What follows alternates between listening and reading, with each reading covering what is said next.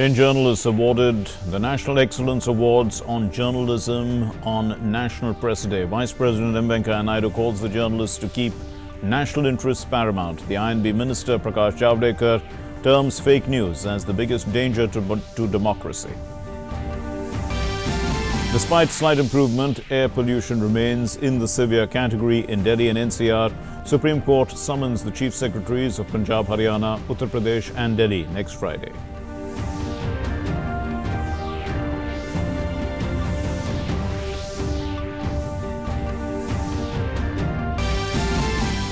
In Maharashtra, Congress NCP Shiv Sena delegation to meet Governor today, demanding expediting of relief to farmers. The NCP leader Sharad Pawar to meet Congress Chief Sonia Gandhi tomorrow in Delhi. BJP claims no government can be formed without it.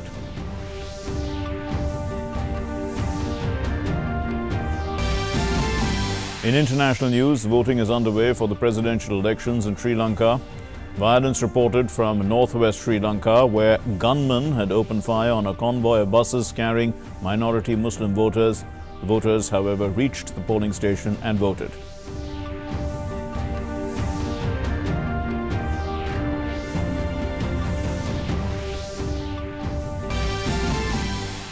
In cricket, Bangladesh is staring at an innings defeat on the third day of the indoor test. Chasing India's lead of 343 runs, Bangladesh lose the top 4 wickets before lunch.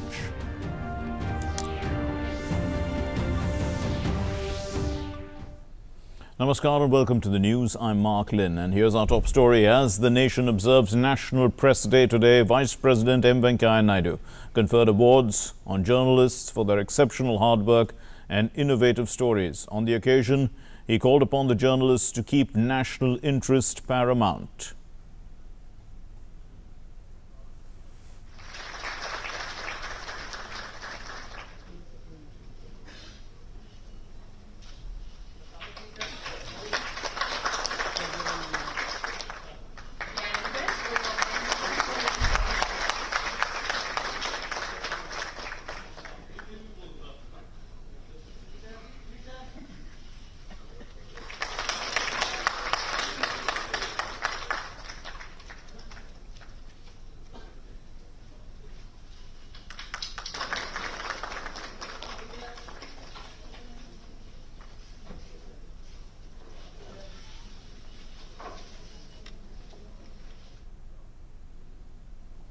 So I appeal to the Indian journalists and media fraternity, please keep the correctness of things in mind and also rise to the occasion of protecting India's national interest.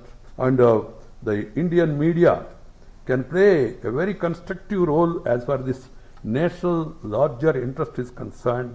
That has to be kept in mind. While pursuing our own, you can criticize any political party, support any political party on the basis of merits of the issue. That is always open and there is no restriction to my knowledge about the promoting truth or taking up or championing the cause of the people, etc. And the Vice President also said that news used to be news, but now in fact, earlier it was never interpreted or misinterpreted, but now he says views are being clubbed together and that's a problem. You have got every right to convey your views, but first you must all convey the news and then separately write, add your views, and people are the ultimate judges to come to conclusion. The cardinal principle of journalism is to present fair, objective, accurate and balanced information to the reader and viewer without journalists assuming the role of the gatekeepers. Information should be pure, should be original. And there is a saying that information with confirmation is more than an ammunition. And the Vice President also said that the press has played an important role, and it did so in the freedom movement of India. He also said that the contribution of Ramnath Goenka for the freedom of the press will always be remembered.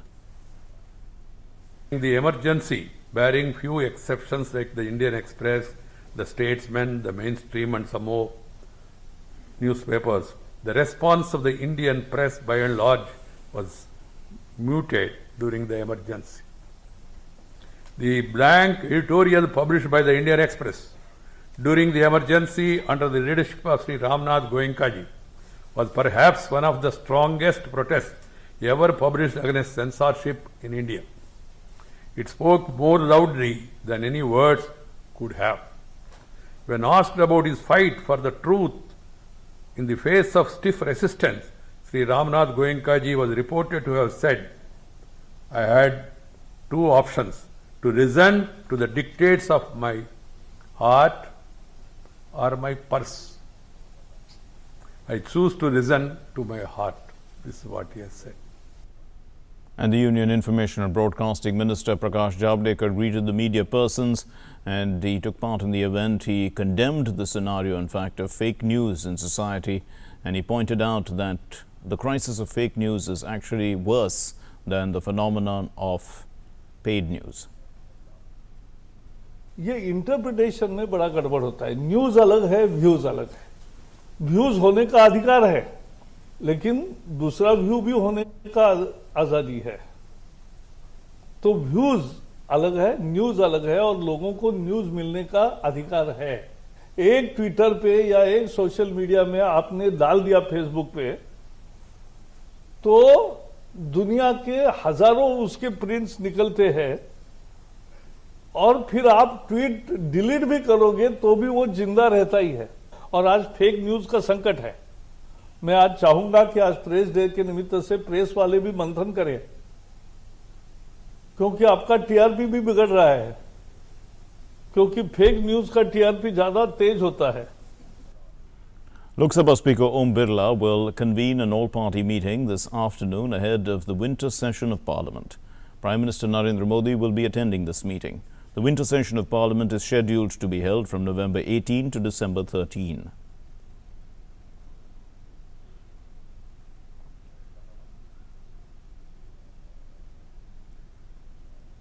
A MiG-29K fighter aircraft crashed in Goa soon after it took off for a training mission. This happened today. Both pilots had managed to eject safely. The aircraft that was involved with this crash was a trainer version of the fighter jet. Helplessness across Delhi and surrounding areas continues with the average air quality index remaining in the severe category. So let's take a look at today's averages. AQI data showed that in Delhi the average AQI was 425, severe. Noida 435, severe. Ghaziabad 442, also severe. Faridabad 448, severe. So the people in Delhi and NCR are gasping for their breath. Also, Haryana, the air quality index is no better. In fact, it's probably worse. Gurugram 436, severe. Rohtak 410, severe. Slightly better in Hisar 334, very poor. Chandigarh 208, poor, but actually looks good comparatively. Punjab, the air quality index is slightly better. 197 in Patiala, which is moderate. Amritsar 260, which is poor. Ludhiana 171, which is moderate. Bathinda 163, moderate. And in UP Bihar, the air quality index is still in the poor to very poor category. Lucknow 310, Kanpur 394, very poor. Meerut is 254, which is poor. Patna 312, very poor.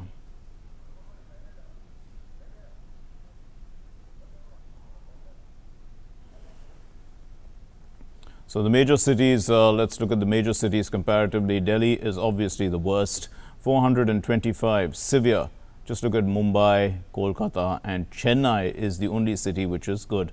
Mumbai and Kolkata, which have sea breezes, 148, 170. So does Chennai, in fact, with the sea breeze of 40. So there's plenty of movement of wind there. You're with us on the Midday News. We're going to take a break. Stay with us.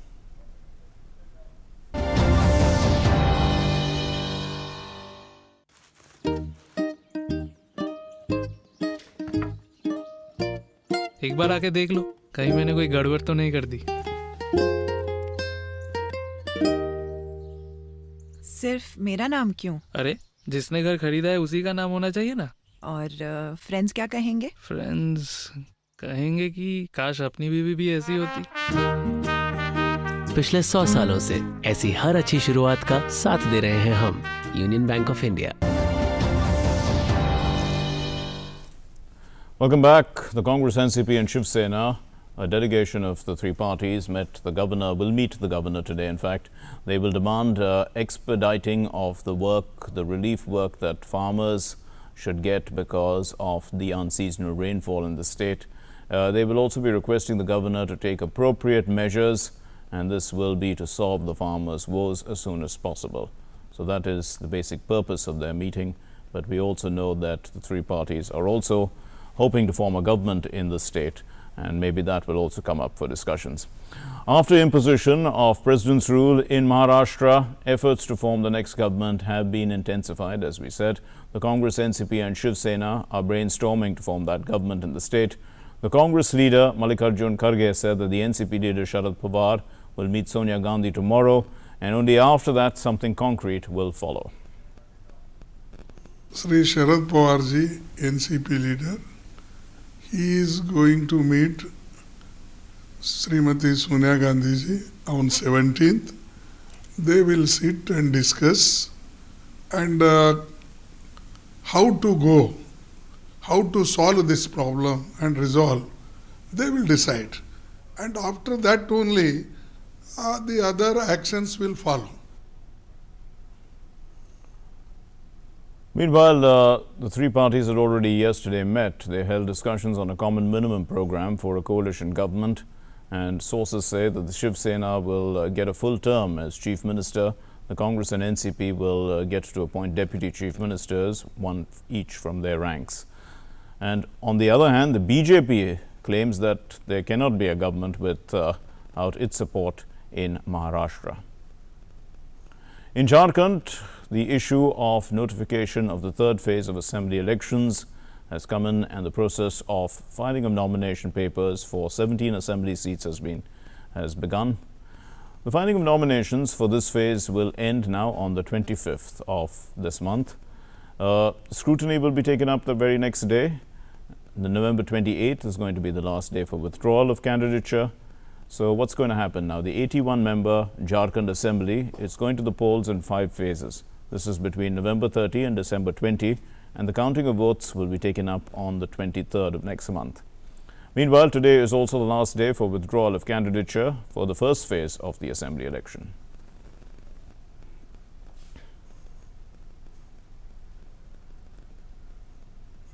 And in view of the upcoming elections there in Jharkhand, the Bharatiya Janata Party has released its fourth list of candidates for the assembly polls. The fourth list contains 3 names. These are Mochiram Bhori from Jagsalai, Sudhir Sundi from Jagantpur, and Rita Devi Munda from Tamar.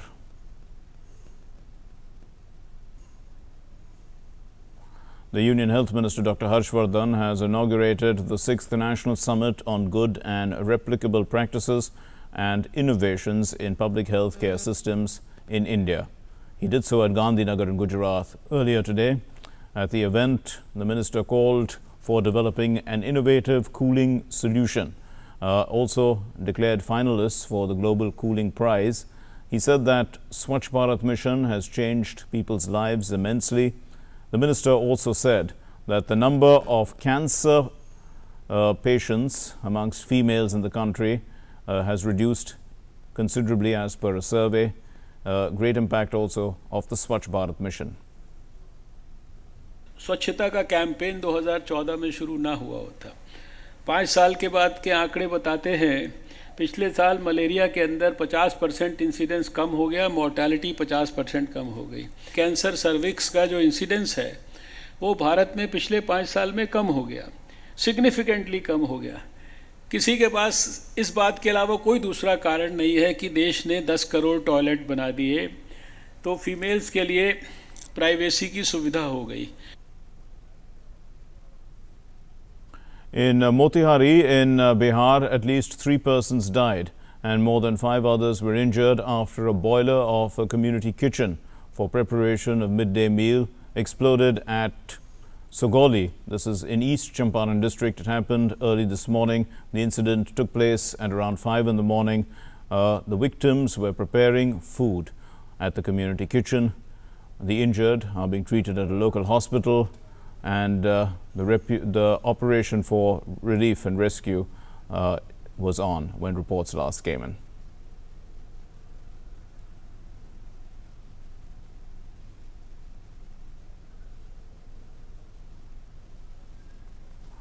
Despite the cold, in fact, people came out in large numbers. They offered prayers at various parts of Kashmir yesterday.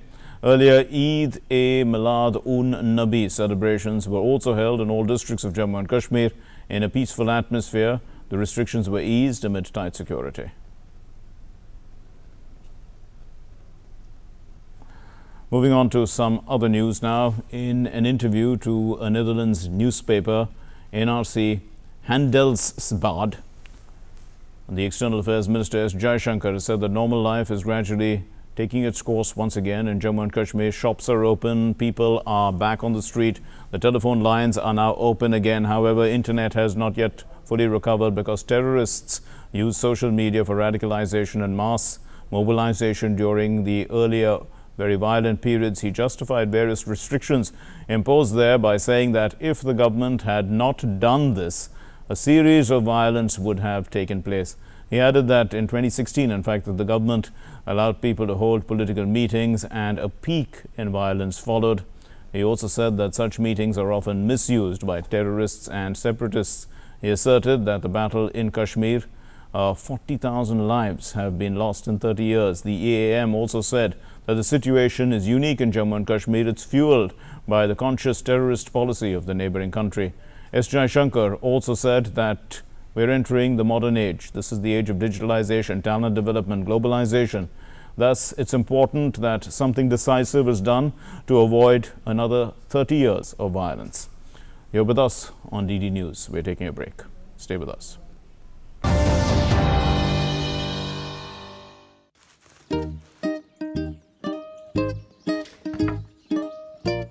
एक बार आके देख लो, कहीं मैंने कोई गड़बड़ तो नहीं कर दी।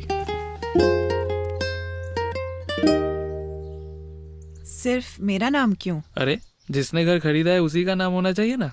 और फ्रेंड्स क्या कहेंगे? फ्रेंड्स कहेंगे कि काश अपनी बीवी भी ऐसी होती। पिछले 100 सालों से ऐसी हर अच्छी शुरुआत का साथ दे रहे हैं हम, union bank of India. News from the neighboring country Sri Lanka, where voting is underway. This is to elect the 7th president of that country.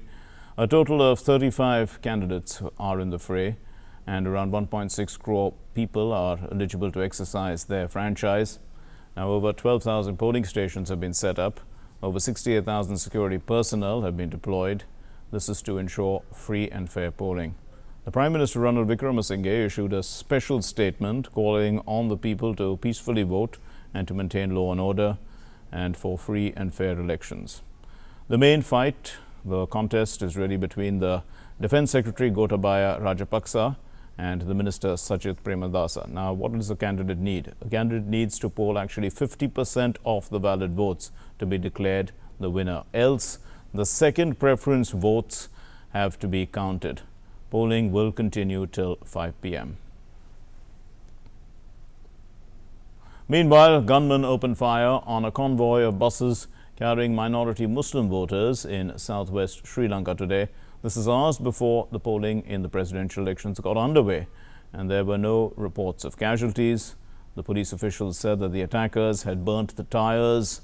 They had set up, sort of an ambush, makeshift roadblocks to ambush the convoys of more than 100 vehicles. The passengers eventually exercised their franchise, which is important, and they did so with the help of the police officials. Sri Lanka's minority Tamils as well as the Muslims are seen as crucial. They are a deciding factor in this close election. The High Commissioner of India to Bangladesh, Riva Ganguly Das, she gave away the Distinguished ICCR Alumni Award to the to the renowned Rabindranath Sangeet singer Rizwana Chaudhry. It happened yesterday for her outstanding contributions to promoting Indian culture in Bangladesh and abroad. Following the award ceremony, Rizwana Chaudhry performed Rabindra Sangeet. Rizwana Chaudhry is a renowned Rabindra Sangeet singer of Bangladesh. She's been singing from a very early age. In fact, she'd received her initial training at Chaya North. Banya, as she's also called, is currently the professor and founder chair of the Department of Dance at the University of Dhaka. She has also rendered her voice for the Vaishnava Janato rendition, which was organized and produced by the Ministry of External Affairs, Government of India, to commemorate the 150th birth anniversary of the father of the nation, Mahatma Gandhi.